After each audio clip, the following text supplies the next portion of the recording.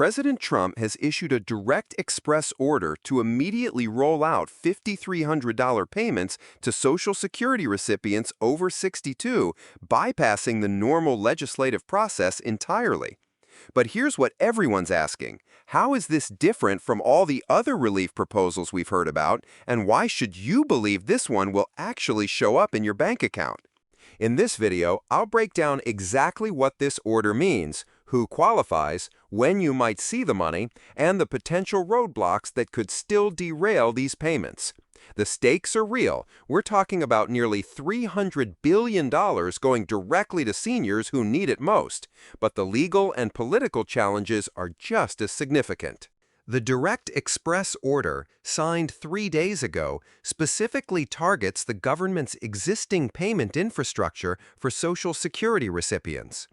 Unlike previous proposals that required congressional approval, this order claims authority under emergency economic powers and directs the Treasury Department to process $5,300 supplemental payments through the same system that handles regular Social Security deposits. Here's the key difference.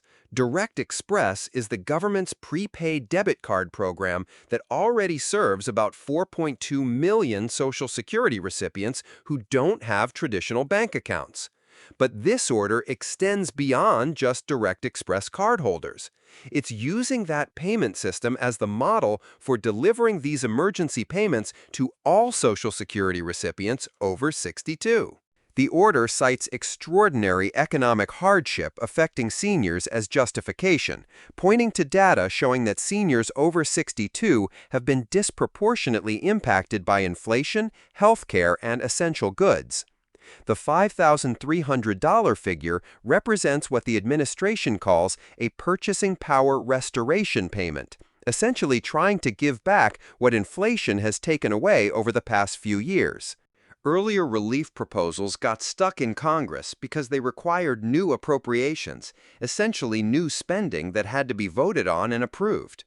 This Direct Express order sidesteps that process by claiming the authority comes from existing emergency powers and unused funds already allocated to Social Security Administration. The payment structure is also different. Instead of a one-time lump sum, the order outlines 3 payments: $2,100 in August, $1,600 in September, and $1,600 in October. This staged approach is designed to reduce the immediate budget impact while still delivering the full $5,300 over 3 months. The age threshold of 62 is strategic too. That's the earliest age you can claim Social Security retirement benefits, which means this order covers both current retirees and people who are eligible for early retirement but might not have claimed benefits yet. However, the order specifically states you must be actively receiving Social Security payments to qualify. Simply being 62 isn't enough. The legal basis for this order is more complex than it appears.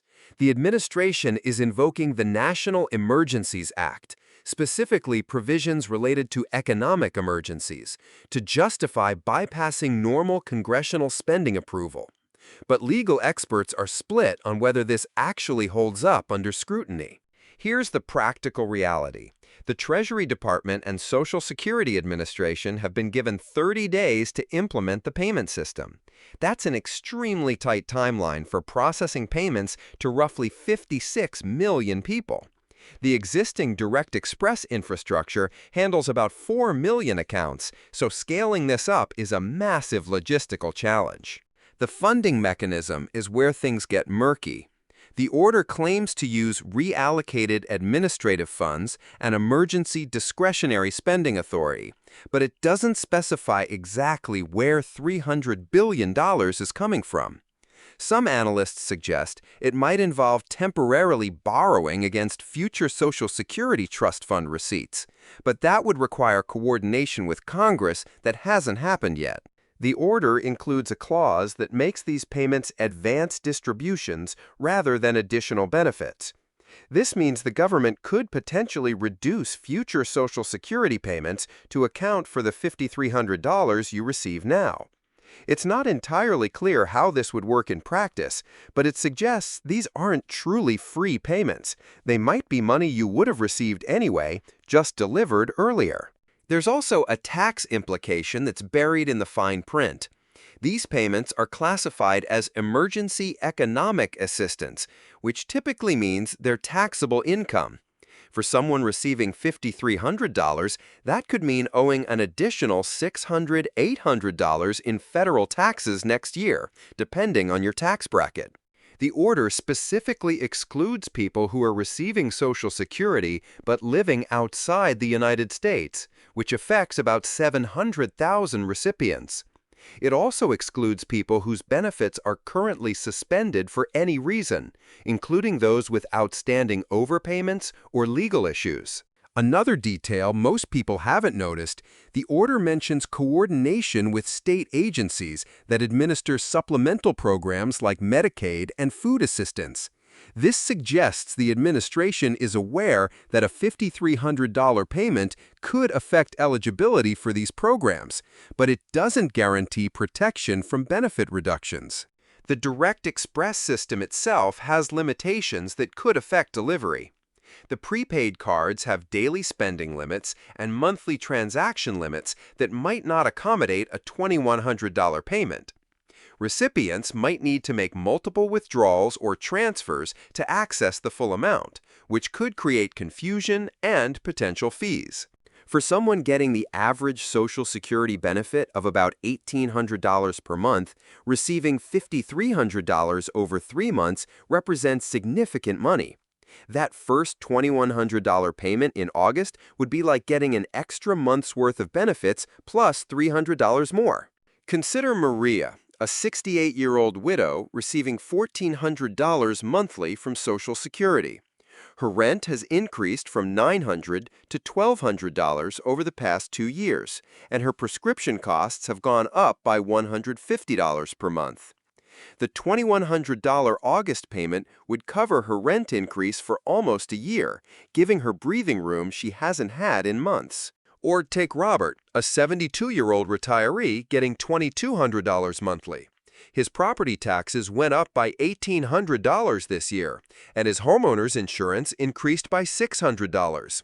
The 3 payments totaling $5,300 would cover both increases and still leave him with extra money for other needs. But here's the reality check. If these are truly advanced distributions, Maria and Robert might see their regular monthly benefits reduced by small amounts over time to account for the $5,300 they received early. The order doesn't specify how this would be calculated or implemented.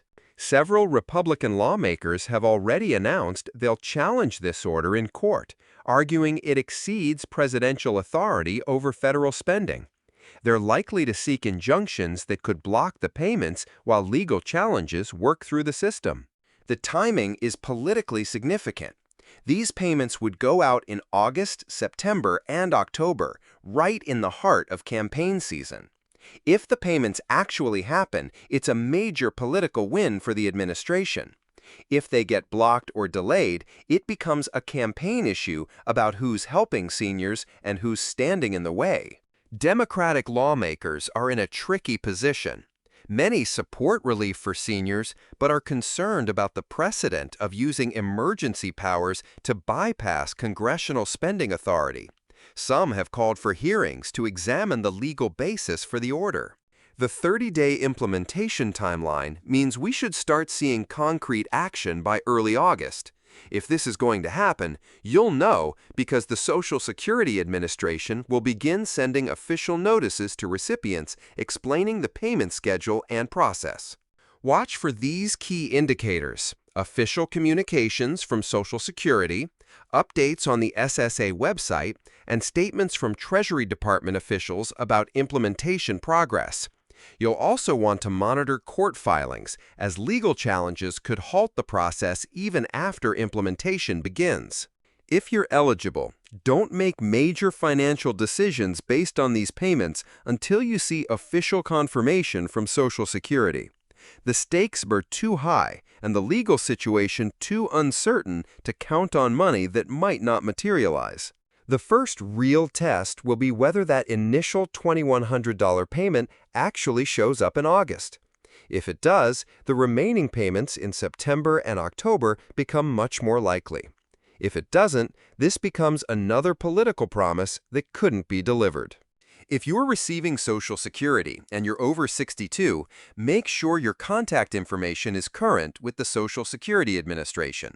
If these payments happen, they'll likely come with official documentation, and you'll want to receive that information. Be prepared for scammers who will try to take advantage of this situation. You won't need to apply for these payments, provide banking information, or pay any fees to receive them. If someone contacts you claiming to help with your $5,300 payment, it's probably a scam. Keep an eye on your regular Social Security statements and notices. If these payments are truly advanced distributions, you might see changes in your future benefit calculations, and you'll want to understand how that affects your long-term financial planning. So here's what we know.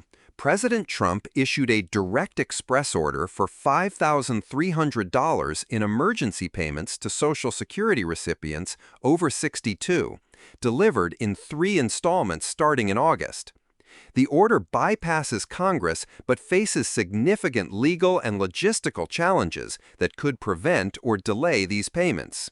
The next few weeks will determine whether this becomes real money in your account or another political battle over emergency powers and federal spending.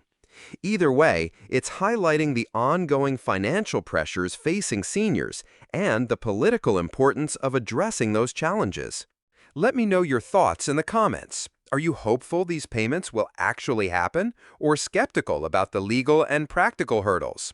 And subscribe for more updates on Social Security, Medicare, and other programs that affect your financial security. I'll be tracking this story closely and will update you as soon as we know whether these payments are really happening.